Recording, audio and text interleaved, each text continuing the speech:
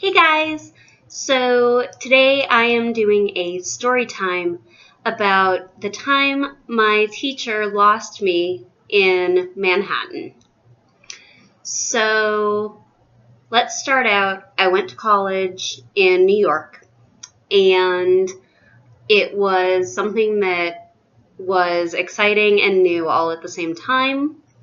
I wanted to make sure that I was getting out of my dorm room as much as possible. So I signed up for a class that was going to take me into the city a certain number of times that semester. The class that I signed up for had to do with Broadway, so it was a win-win because I love Broadway. Anyhow, I had signed up for this class, and it came time for our first trip.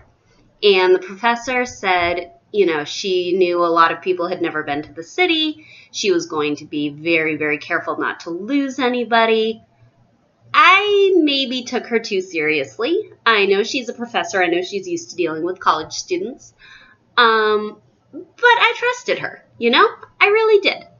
So we took the Long Island Expressway into Penn Station. No problems there. We were on the Long Island Railroad, got to Penn Station, perfect. Everybody bought their Metro cards, perfect. Then we go through the turnstiles, and this is where I made a mistake. The professor said, anyone who knows how to use the subway, go behind me. Anyone who doesn't know how to use the subway, go in front of me. Now, Robin was not using her noggin because I should have just gone in front of the teacher, but I didn't.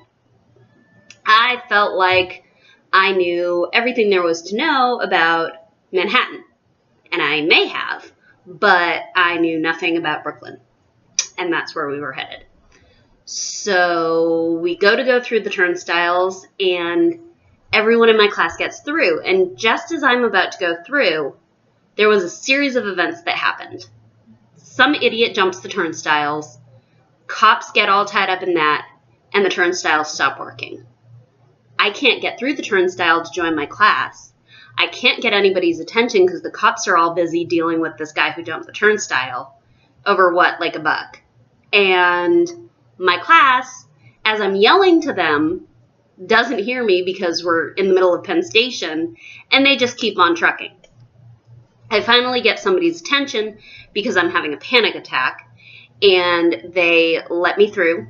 And so I go through the turnstile, run after my class, and get onto the platform just in time to see the train leaving. Yeah. Thankfully, I had the presence of mind to look at the train and see which letter train I had to take so that when the next train came, I could get on the right one. But I could not get a hold of anybody because we were underground.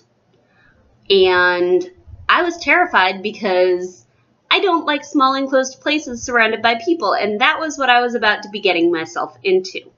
And I'm fine doing it with other people, but I had never, ever been on the subway alone before. So I get onto the subway, and I find my way to the railing, and I'm clinging for dear life. And I'm pressed up against it. I am not letting go. And I'm not letting anyone else near me if I can't help it. And I'm panicked. And I'm breathing heavy, and I'm crying, and thank heavens I just remembered my stop. That's all I can say. I remembered my stop, and I got off. Now, when I got off, there were 4 different exits.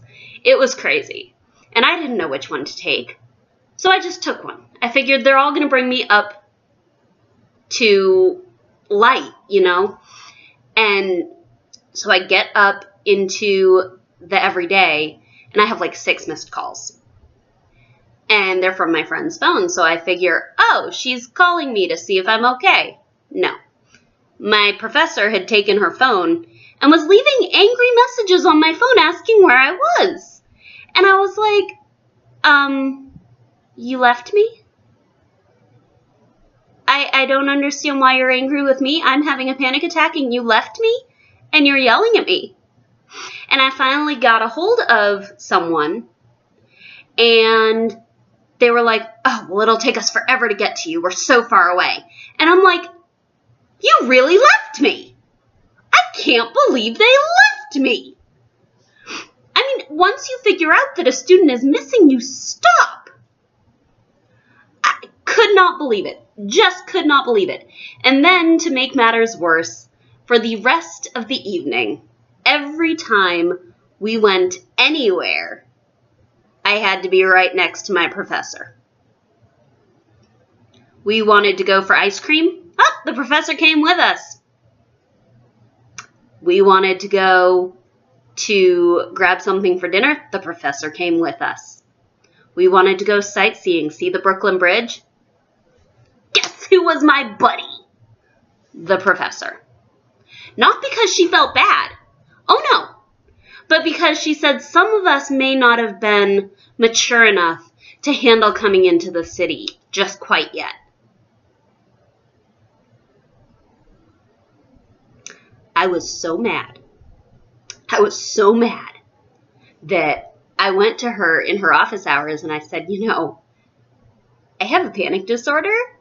And yeah, when you found me, I may have been crying.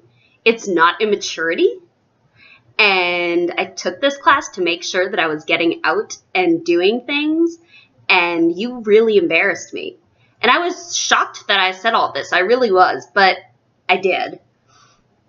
And, you know, she apologized, and the rest of the trips we went on, she was not as overbearing, and I never got lost again. But it was just one of those things where a series of unfortunate events and a professor who didn't count her students led to this horrific experience that I'll probably never forget.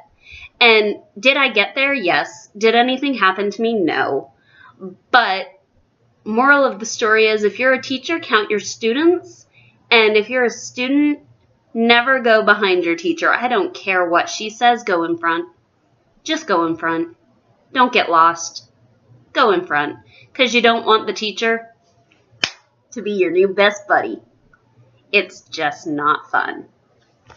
Thanks, guys, and until next time, this is an Aspie's Point of View. Good night.